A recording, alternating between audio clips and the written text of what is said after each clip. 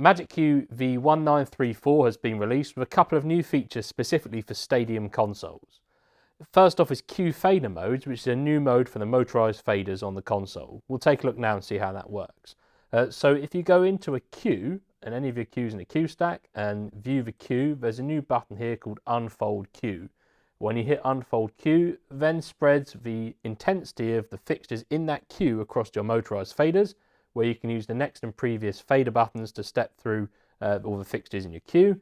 You can in real time adjust the levels in that queue, press the pause key, and they're then updated back to the queue.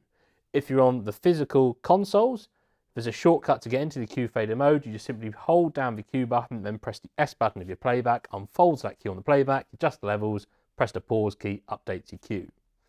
The other thing we've released is now a programmer store, and this is across all consoles.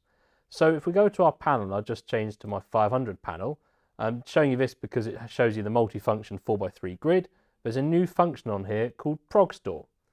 What this allows me to do is to store my programmer state. So I could go and say select some spots here, locate them, put them in a color and a position, and I can store the contents of that programmer.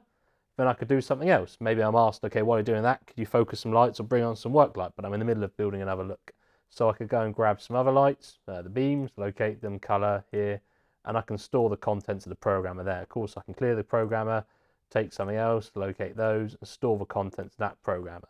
I then have buttons below to then activate that programmer, which then allows me to say mix all the different programmers together or include the contents of the programmer. So on 250M or 500M consoles, you can access this as a mode on the 4x3 executes, but you can also access these in our execute window as well.